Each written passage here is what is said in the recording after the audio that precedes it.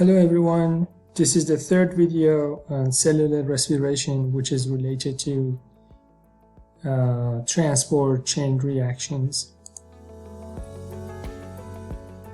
In this electron transport chain, the electrons will pass from one molecule to the other one by one, step by step, and during this process the energy will pass, and this energy will become in a form of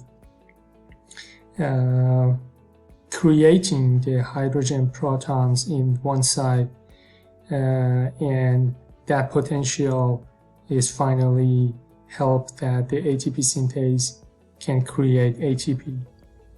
So the basic idea from this ETC or electron transport chain is that NADH by oxidation, which means by losing the electron and proton, passes this electron and proton to the molecules which are located in inner membrane. So this membrane is called inner membrane. You have to remember this, it is very important. This is the inner membrane part of the mitochondria, and this space over here, this area, all of them is intermembrane. So don't get confused about these names. So this is intermembrane because it is between outer and inner, so that's why it is called inter, and this one is outer membrane. So we have inner membrane, intermembrane, and outer membrane. The ETC or electron transport chain reactions will happen in the inner membrane. So all of these molecules that you can see are located in the inner membrane. And once the electron and proton will pass to the molecules which are located in the inner membrane, then the protons will move to the intermembrane space at each step and each level that passes the electron. And these electrons will move to the next molecule, adjacent molecule, and again to the next one and to the next one, until finally this ATP synthase will start to work because of the gradient of the storage of the huge amount of the protons in intermembrane space. So let's move to the next slide because it has more information. Okay, so as I explained, the protons will move to intermembrane, and then electron will pass to the adjacent molecule. And there are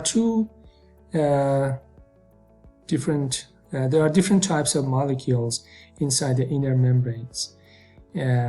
These molecules are actually some kind of proteins, and the first one, which is called number 1, and you can it has been written by the Roman numbers, number 1, 2, and 3. So number 1 is accepting only NADH. So this means that NADH will lose electron and proton to this first molecule, and will become NAD as you saw in the previous slide. But the second one, number 2, is only accepting from FADH2. So 1 from NADH and 2 from the FADH2. And the same thing happens, passing the protons into the intermembrane space and moving the electron into alongside or inside the inner membrane, and continue to transferring electrons until reaching to this one. And as a result of this transfer, you can see that there will be highly concentration. There will be high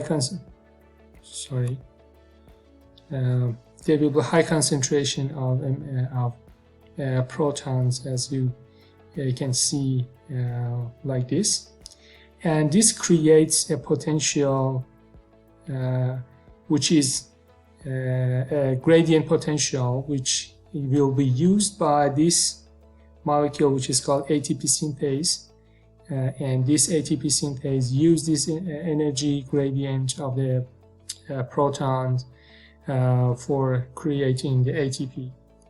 So at this molecule, this will happen, that ADP become ATP. Okay, and this process is called chemiosmosis. Chemiosmosis is a kind of definition that you will find as one of your questions in your exam. Don't forget to remember what is the meaning of chemiosmosis. It's the process in which the ATP synthase is creating ATP, and this is called chemiosmosis.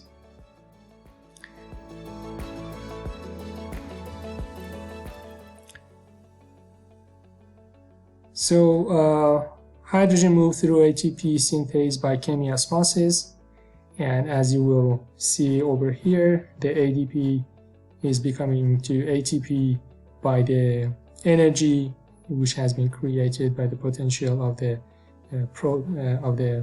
hydrogen ions. Movement of protons derives rotation of ATP synthase, and ATP is made. Net yield is 32 ATP per each glucose.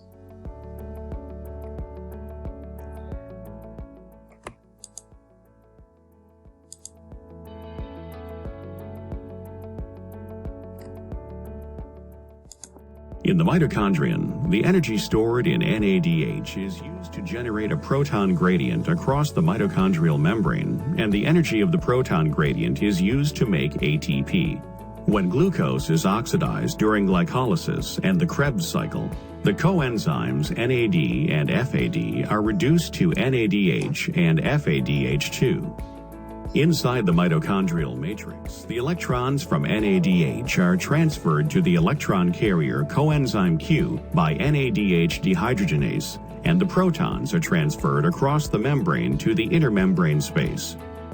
Coenzyme Q carries the electrons to the cytochrome BC1 complex. As the electrons move from the BC1 to cytochrome C, more protons are carried from the inside to the outside of the membrane. Electrons are also transferred from FADH2 to coenzyme Q, with the protons being transferred across the membrane. Cytochrome C transfers electrons to the cytochrome C oxidase complex. Protons are also transferred to the outside of the membrane by the cytochrome C oxidase complex. The cytochrome oxidase complex then transfers electrons from cytochrome C to oxygen. The terminal electron acceptor, and water is formed as the product. The transfer of protons to the intermembrane space generates a proton motive force across the inner membrane of the mitochondrion. Since membranes are impermeable to ions, the protons that re-enter the matrix pass through special proton channel proteins called ATP synthase. The energy derived from the movement of these protons is used to synthesize ATP from ADP and phosphate. Formation of ATP by this mechanism is referred to as oxidative phosphorylation.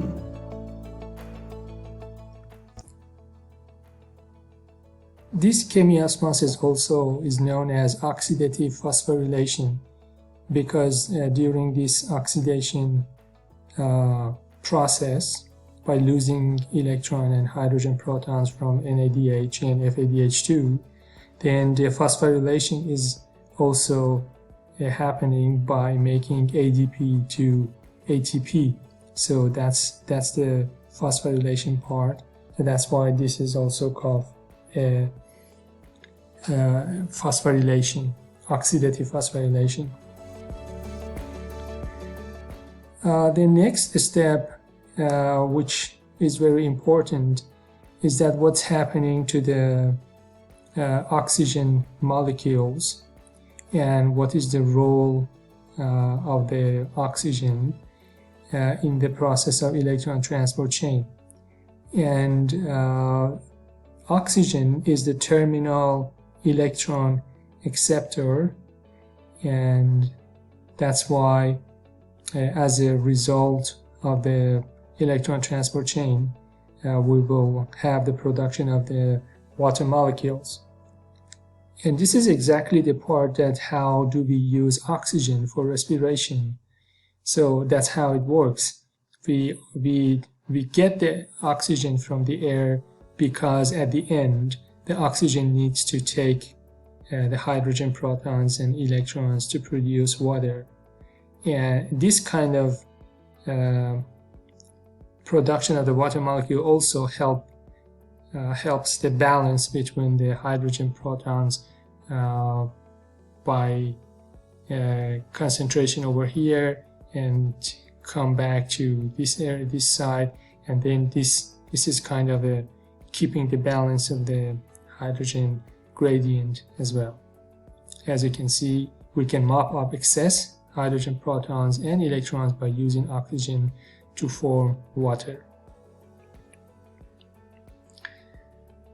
The different parts of the mitochondria is important for your exam. You need to know and distinguish which part of the mitochondria annotation. The annotations are important for you to remember how to answer the questions. Starting from the outside would be outer membrane, and then there is a space between outer membrane and inner membrane, which is called interspace or intermembrane space. And it is the inner membrane. Inner membrane is very important because the protein complexes have been located in the inner membrane, and the ETC will happen at that part. And inside, which includes also free ribosome, this is called matrix. So from the electron micrograph also you need to know how to distinguish. If you see these areas with the ribosomes, this is matrix, this is cristae, and then there is a space between the outer membrane and inner membrane. That would be interspace or intermembrane. And then there is an inner membrane, which you can see over here as well. So here is the practice for you to annotate the different parts of the mitochondria. Pause the video, think about all the different parts, and then move to the next slide, which you continue playing the video after pausing and guessing each part. Also, this would be another practice for you to know that this is a bar and it is 1 micrometer, and you can calculate the magnification. Here we go. Starting from outer membrane and then inner membrane, and there is a space between outer and inner membrane, which is intermembrane. These are cristae, and inside you will see the matrix and ribosomes inside the matrix. And here is the last slide, which is related to nature of science paradigm shift. The chemiosmotic theory led to a paradigm shift in the field of bioenergetics. Who is this guy? Peter Michel from nobelprize.org The picture was taken from there. He got the Nobel Prize in 1978, but before that, in 1961, he proposed a new theory of chemiosmotics, which was very different from previously beliefs. And he said that the electron transport in the inner mitochondrial membrane is coupled with ATP synthase. This is what right now we are aware of, and we know how it works. But at that time, it wasn't. And then it took a long time for his theory to be accepted, and that's why he proposed in 1961, but he got the Nobel Prize in 1978. Thanks for watching, and hope you enjoyed.